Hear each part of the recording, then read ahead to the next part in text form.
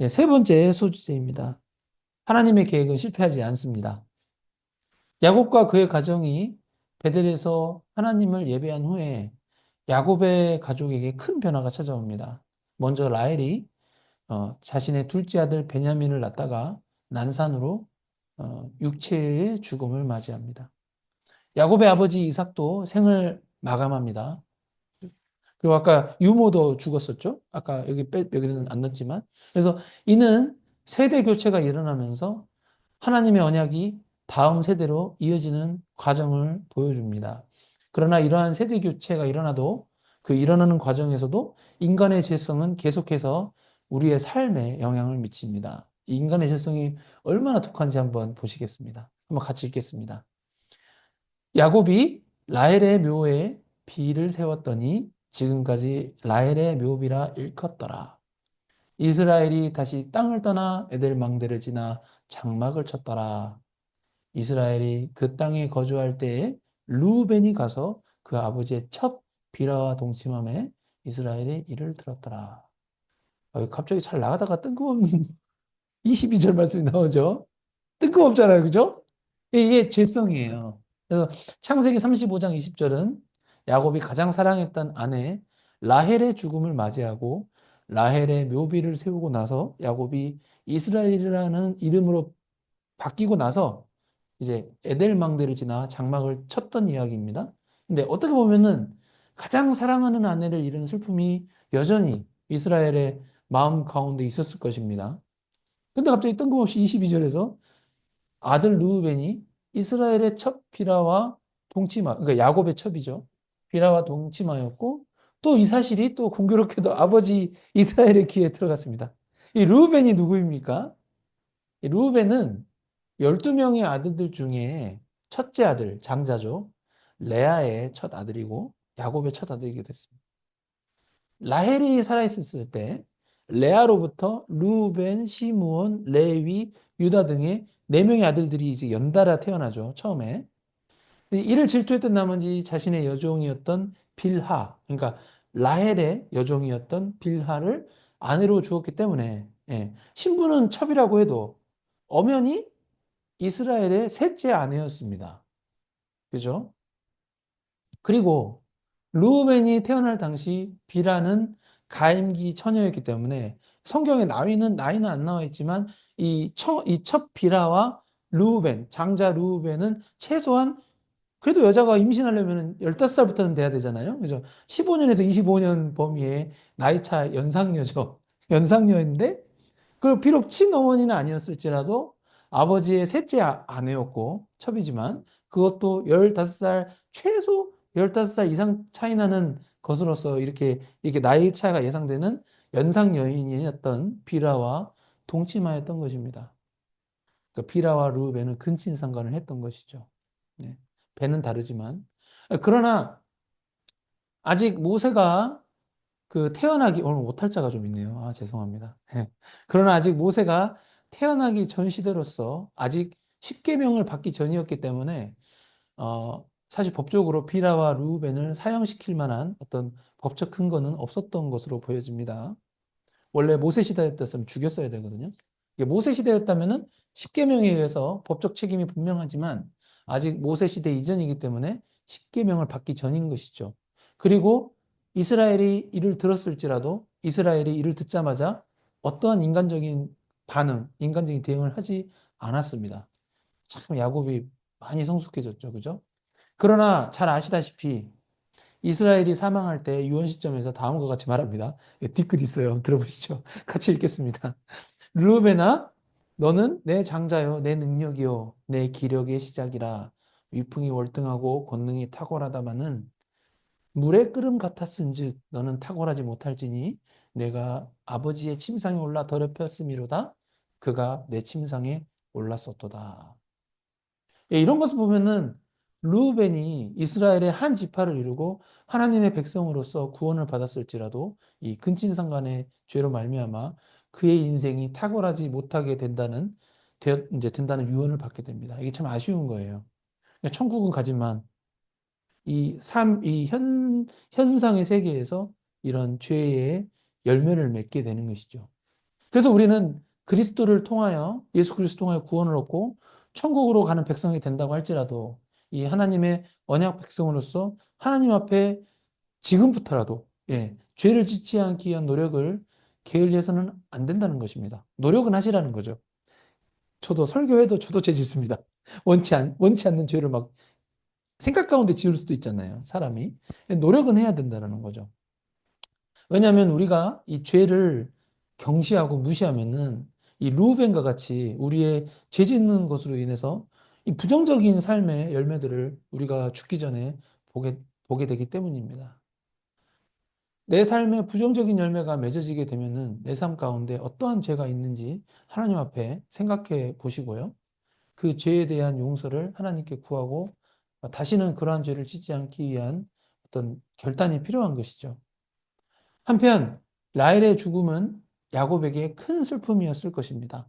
그러나 라헬의 죽음과 함께 라헬을 통해서 12번째 아들인 베냐민이 태어납니다. 같이 읽겠습니다. 라헬이 자기가 야곱에게서 아들을 낳지 못함을 보고 그의 언니를 시기하여 야곱에게 이르되 내게 자식을 낳게 하라. 그렇지 아니하면 내가 죽겠노라. 예, 한번 감정이입을 해봤습니다. 애를 낳지는 못하지만 제가 사실 라헬이 자식을 낳겠다는 목표만 아니었다면은 그녀의 인생은 남편 이스라엘, 남편 야곱의 사랑을 듬뿍 받으면서 살면서 그 행복한 삶을 살 수 있었을 것입니다. 그러나 이스라엘과 그러니까 야곱과 그 결혼한 이후로 그 라헬은 요셉과 베냐민을 낳기 전까지 그 아이를 잘 낳아주는 언니를 시기 질투하고 어, 자식을 낳지 못하는 그 심적 고통이 이게 죽고 싶을 정도의 스트레스 가운데 살았습니다. 그런데 이 문장 참 좋은 문장입니다. 어차피 모두 죽습니다. 저도 죽고 집사님도 죽고 다 죽습니다. 지금 당장 눈앞에 보이는 상황만 바라보고 살게 되면은 라헬과 같이 시기 질투하는 삶을 살게 됩니다. 우리는 이미 승리하였고 예수 그리스도를 통하여서 천국 백성이 된 것만으로도 이 세상의 어떠한 금은 보화와 비교할 수 없는 참된 평화와 진리 가운데 매일의 삶을 살아가고 있는 것입니다. 네. 한번 같이 읽겠습니다. 들으라, 너희 중에 말하기를 오늘이나 내일이나 우리가 어떤 도시에 가서 거기서 1년을 머물며 장사하며 이익을 보리라 하는 자들아. 내일 일을 너희가 알지 못하는도다. 너희 생명이 무엇이냐? 너희는 잠깐 보이다가 없어지는 안개니라. 너희가 도리어 말하기를 주의 뜻이면 우리가 살기도 하고 이것이나 저것이나 저것을 하리라 할 것이거늘 이제도 너희가 허탄한 자랑을 하니 그러한 자랑은 다 악한 것이라. 그러므로 사람이 선을 행할 줄 알고도 행하지 아니하면 죄이니라. 아멘. 정말 그렇습니다. 우리는 내일 일을 알지 못합니다. 이 말씀 참 주옥 같습니다. 오늘이나 내일이나 우리가 어떤 도시에 가서 거기서 1년을 머물며 장사하여 이익을 보리라 하는 자들이 바로 우리 인간의 모습입니다. 내 눈앞에 있는 직장이 내 삶을 보장해 준다고 생각하십니까? 내 눈앞에 보이는 통장 계좌 잔액과 부동산, 주식이 내 삶을 지켜줄 것 같습니까? 사랑하는 내 가족이 나를 지켜줄 것 같습니까? 그 어떠한 것도 여러분과 저를 지켜줄 수가 없습니다.